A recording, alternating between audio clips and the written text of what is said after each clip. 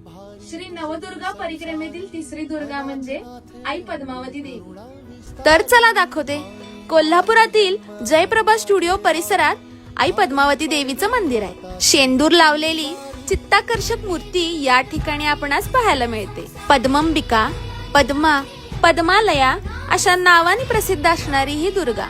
पूर्वी या ठिकाणी पद्माळे नावाचे तळ होते.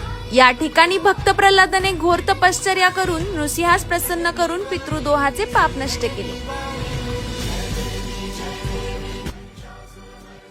श्री पद्मावती मंदिराचे श्री पूजक श्री गोपालकृष्ण कालेकर च्या नवदुर्गांपैकी तिसरी नवदुर्गा जी आहे ती ही श्री पद्मावती आहे. या पद्मावती मंदिराची आख्यायिका अशी आहे. करवीर महात्म्यामध्ये 29व्या अध्यायामध्ये या पद्मावती स्थानाचं महात्म्य वर्णन केलेलं आहे. अशी ही पाप नष्ट करणारी, भक्तास सर्व भोग देणारी, नृसिंह शक्ती श्री दुर्गेचा मुक्तकारक स्वरूप अशी ही दुर्गा. श्री करवीर महात्म्यामध्ये पूर्वी या क्षेत्राला पद्मालय असे नाव होते आणि त्यावेळी या ठिकाणी पद्माक्ष नावाचा राजा राज्य करीत होता. त्या राजाची आराध्य देवता ही पद्मावती देवी.